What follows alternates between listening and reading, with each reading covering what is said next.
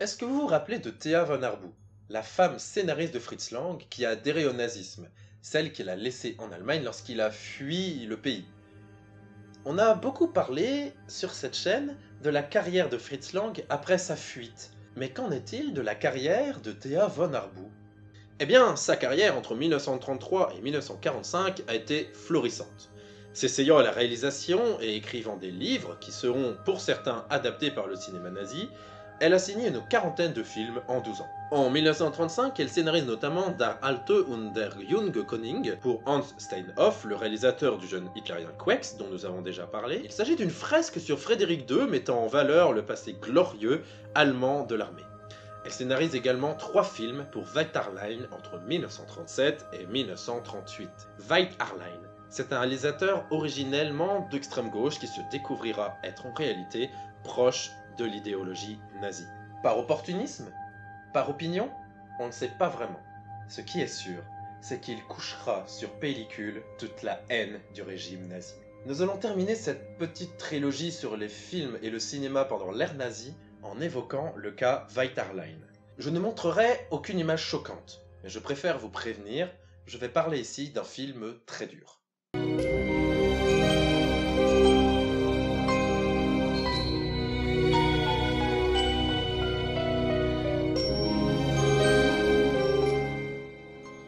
Après avoir réalisé quelques films noirs, Weiterlein va se spécialiser dans les idylles amoureuses. C'était un genre très en vogue à l'époque puisqu'il permettait de rappeler que la juste place de la femme, c'était auprès d'un homme. Ce genre servait aussi à passer en sous-texte quelques valeurs du régime nazi. Surtout la mort, le sacrifice, la belle mort quoi. Christina Soderbaum devint rapidement la muse de Weiterlein. Elle représentait facilement l'idéal féminin nazi. Candeur, blonde, celle qui devint l'épouse de Harlein était vouée à mourir dans tous ses films. On la surnomma la noyée préférée du Troisième Reich. Oui, les nazis avaient une fascination morbide pour la mort. Weiterlein se trouvait dans les petits papiers de Goebbels. Donc, quand celui-ci ne fut pas satisfait de l'avancée d'un film qui devait justifier la politique antisémite du régime, il fit appel, tout évidemment, à son réalisateur fétiche. Ce film, c'est le tristement célèbre Juif Seuss, qui raconte l'histoire de ce qu'on appelait à l'époque un juif de cour. C'était Joseph Oppenheimer. Le duc de Württemberger, né en 1698 et mort en 1738, en fit l'un de ses conseillers financiers. Celui-ci voulait s'extirper de sa condition et des ghettos.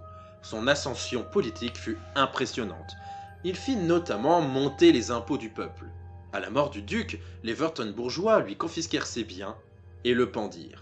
Le régime nazi souhaitait faire de cette histoire un exemple qui prouvait pourquoi on devait se méfier des juifs. Pire, les exterminer. Car derrière ce film, sorti en 1942, il y avait une vérité terrible. La solution finale qui fut décidée lors de la conférence de Wannsee. Pour préparer son film, Weiterlein ne fit pas les choses à moitié. Il a visionné beaucoup de films yiddish et partit même faire un voyage dans un ghetto juif. Il ramena 120 juifs pour faire les figurants de son film odieux. Le film est tout bonnement édifiant.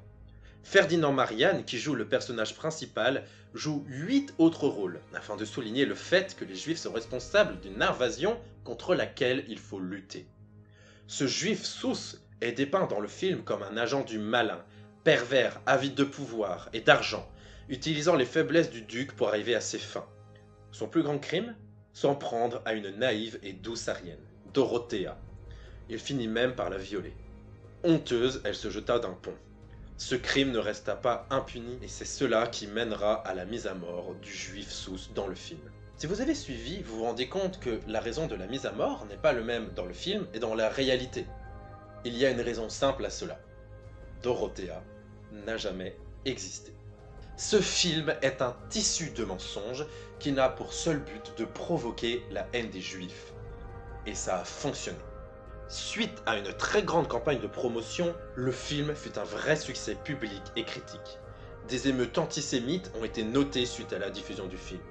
Le film est d'une telle violence contre les juifs que Himmler lui-même demanda aux policiers, aux SS et aux gardiens des camps de concentration de regarder le film, afin de s'habituer à maltraiter les personnes d'origine juive.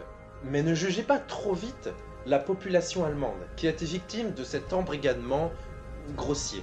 En France, c'est un très grand succès également, et la presse applaudit la grande véracité historique du film. Le film cumule 20 millions d'entrées à travers toute l'Europe. Si on comprend facilement pourquoi le régime nazi a voulu d'un tel film, afin de justifier l'injustifiable, on peut se demander pourquoi ils ont choisi un fait historique qui a réellement existé, plutôt que d'inventer de toutes pièces une histoire où les juifs seraient les méchants.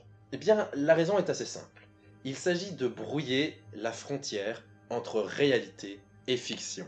En choisissant une figure qui a réellement existé, l'État nazi insinue pernicieusement que cela était possible et qu'il fallait alors véritablement se débarrasser du peuple juif. C'est un procédé vicieux, mais qui a fonctionné. La preuve, le public y a cru. Le film a été présenté comme une fresque historique véridique. Ce film, c'est le sommet de la carrière de Goebbels en tant que grand Manitou de la propagande. C'est le plus grand exemple de ce cinéma comme arme de propagande. Vaterline a été inculpé 2 fois en 1950 à cause de ce film, mais il fut acquitté faute de preuves sur la véritable portée de ce film sur le public. Il a même continué à travailler. Il sera le chef opérateur sur le film Sissi l'impératrice en 1955. Comme de nombreux films de l'époque nazie, les bobines ont été confisquées à la fin de la guerre. Pourtant, au fil du temps, de nombreuses copies de ce film ont circulé. Le CNC impose des règles très strictes pour visionner ce film. Ça doit être fait dans un cadre précis. Un débat, une discussion doit être menée après auprès du public. Pourtant, aujourd'hui, il est de plus en plus facile de visionner le film. La BFI, la British Film Institute, a même diffusé le film sur sa chaîne YouTube. Depuis un peu plus d'1 an, on peut même trouver ce film avec des sous-titres français sur YouTube également. À l'heure actuelle, je trouve ça dangereux qu'un tel film puisse circuler aussi facilement. Un film responsable d'émeutes, je le rappelle, à sa sortie. À l'heure où les fake news circulent de plus en plus facilement, où un homme remettant en cause toutes les véracités historiques et puni pour haine raciale a le droit à 1 heure d'antenne à la télévision chaque jour. Attention, je ne suis pas pour la censure, mais si ce film doit être montré, alors cela doit être de façon très encadrée, afin que le spectateur puisse analyser, décrypter ce qu'il vient de voir, afin qu'on puisse confronter cette œuvre à la vérité historique, si souvent critiquée et remise en cause aujourd'hui. Les commentaires que j'ai trouvés sous la vidéo dont je vous ai parlé juste avant me prouvent que j'ai raison. C'est vraiment le message que j'aimerais que vous gardiez de cette trilogie que j'ai consacrée à l'ère nazie. Le cinéma, c'est un média passionnant, mais faites attention. Au-delà de la pellicule, il y a des messages, il y a des idéologies qui sont en action. Ce qui est vrai entre 1933 et 1945 l'est toujours aujourd'hui. Faites attention au pouvoir que les images peuvent avoir sur notre subconscient. Une image n'est jamais dénuée de sens. Faites attention à ce qu'on vous montre. Faites preuve d'esprit critique. Comparez les discours avec les faits. Et surtout, soyez toujours plus intelligent que le cinéma. Je vous remercie vraiment d'avoir suivi ces 3 vidéos. Elles m'ont pris beaucoup de temps, mais elles étaient importantes pour moi. Si vous les avez appréciées, si vous avez appris des choses, surtout n'hésitez pas à me le dire, ce sera vraiment motivant pour nous. N'hésitez pas à partager la vidéo afin que le plus grand nombre de personnes puissent les voir. Vous trouverez toutes les sources que j'ai utilisées pour ces 3 vidéos en description. Je vous conseille notamment le documentaire qui a été sous-titré par Arte en français, si vous voulez aller plus loin. Je vous dis à très vite dans Kinographe pour un sujet qui, je l'espère, sera un petit peu plus joyeux. Ah! C'est bon? T'as fini? Oui, c'est bon. J'ai dit tout ce que j'avais à dire. Promets qu'on parlera plus de nazisme sur la chaîne? Oui, je te promets. Maintenant, nous allons pouvoir parler de soviétisme!